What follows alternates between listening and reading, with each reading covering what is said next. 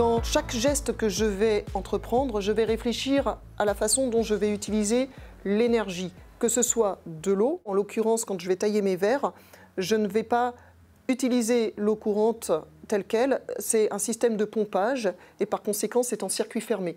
Donc je vais aussi récupérer mes déchets. Pour ce qui est de l'électricité, j'ai fait en sorte de changer tout ce qui était luminaire pour consommer le moins possible. Mon conjoint est éco-conseiller, il travaille pour l'environnement. Nous cherchions ensemble, car c'est un projet de famille, à constituer une entreprise qui soit la plus respectueuse, elle aussi, de l'environnement. Que ce soit par rapport à la construction, par rapport aux matériaux qui ont été investis dans le magasin lui-même, mais aussi par rapport aux matériaux qu'on allait utiliser. Le but du jeu était d'avoir un bilan carbone le plus propre possible. Fabriquer moi-même les montures, c'est d'être au plus près de la personne, d'une part, et le fait de pouvoir fabriquer moi-même, je commande et je réfléchis sur mes produits.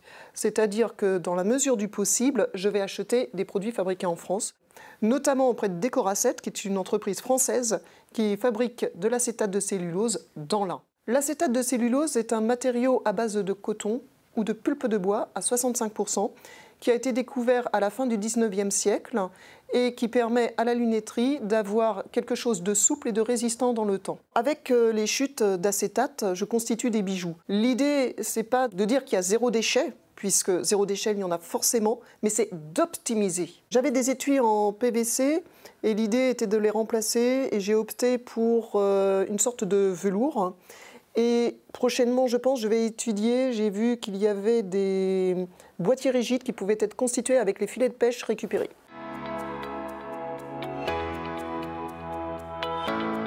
J'ai été accompagnée lors de la création de mon entreprise par la Chambre de métiers de l'artisanat de Bretagne. Puis ensuite, il y a eu un suivi avec un conseiller et c'est lui donc qui m'a permis de prendre connaissance des éco-défis. Cette récompense, il faut l'attribuer à toutes les personnes qui sont venues déjà m'aider. Ce n'est pas qu'une structure, c'est aussi toute une ambiance, ce magasin. Ce serait justifié pour chacun. À partir du moment où de toute façon on s'est lancé dans une création d'entreprise, c'est qu'on aime les défis, donc autant aussi se lancer dans les éco-défis. Et puis quand on vibre et que l'on sait pourquoi on fait quelque chose, qu'on a la passion, il n'y a pas de limite, il n'y a pas de barrière.